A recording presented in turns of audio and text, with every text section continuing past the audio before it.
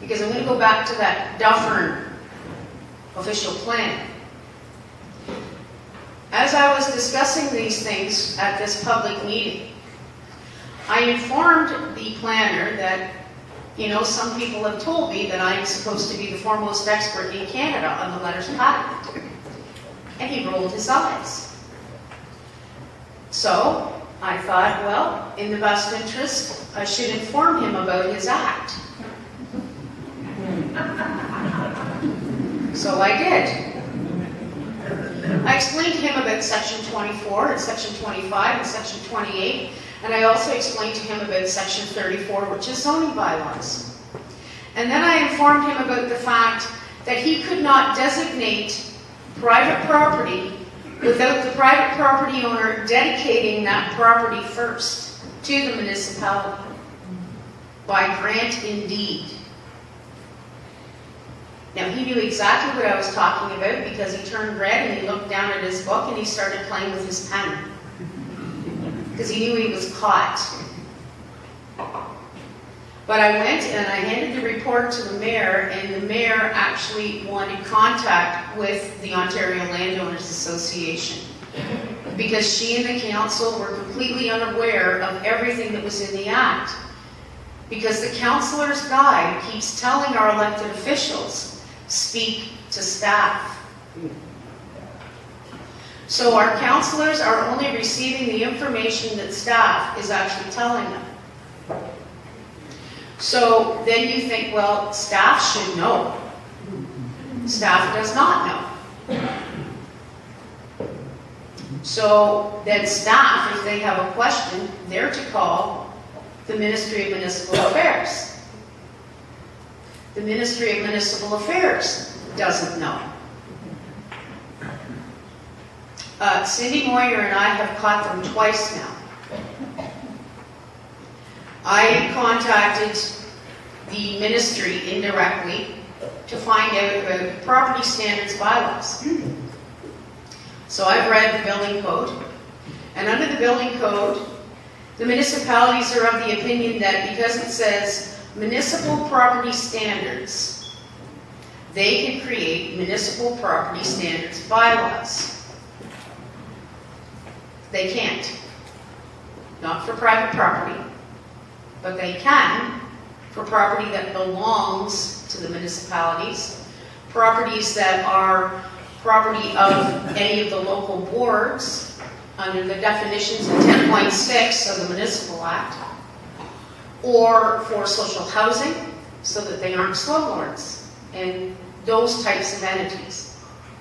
But they cannot create property standards bylaws for private property.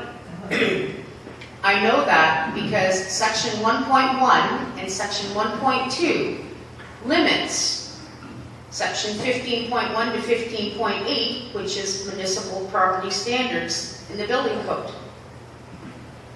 So we contacted Municipal Affairs and we said, what sections is it that the municipalities can create property standards bylaws for private property in the municipality?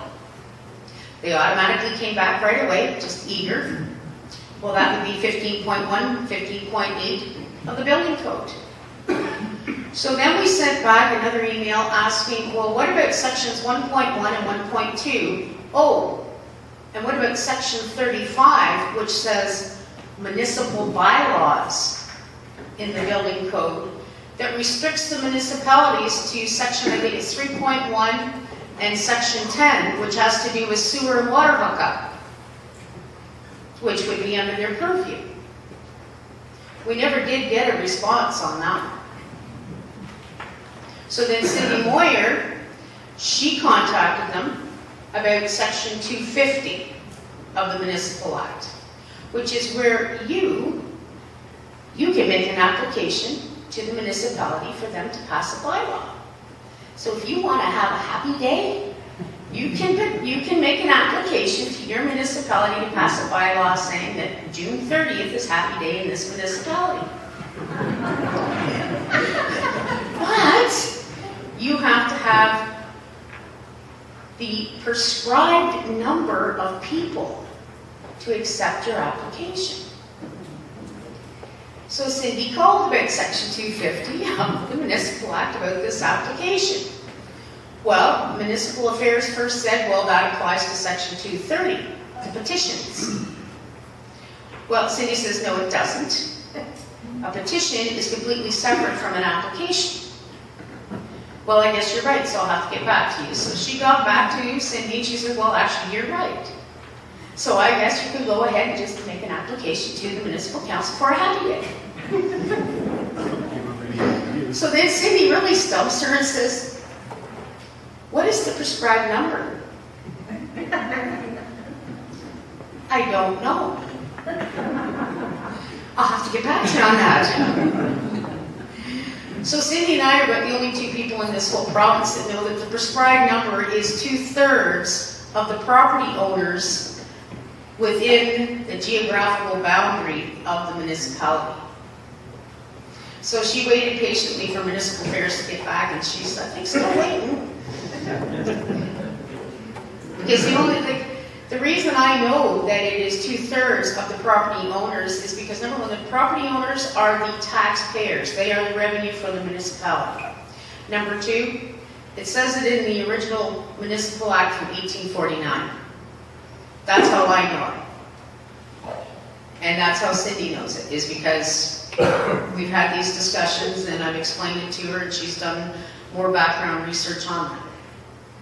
But no one is reading the legislation. No one.